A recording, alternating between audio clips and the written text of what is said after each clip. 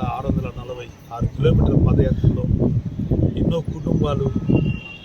ఎన్నో వేల మంది, లక్షల మంది కుటుంబాలని కలుసుకుంటూ ప్రతి జిల్లాలను వాళ్ళ సమస్యలు తెలుసుకుంటూ ప్రతి ఒక్క ఉద్యోగస్తులు కాంట్రాక్ట్ దినసరి వేతనాలు కలిగిన ఉద్యోగస్తులు వాళ్ళు పడుతున్న సాధక బాధలను తెలుసుకొని మీ అధికారంలోకి వస్తే మీ అందరినీ ఖచ్చితంగా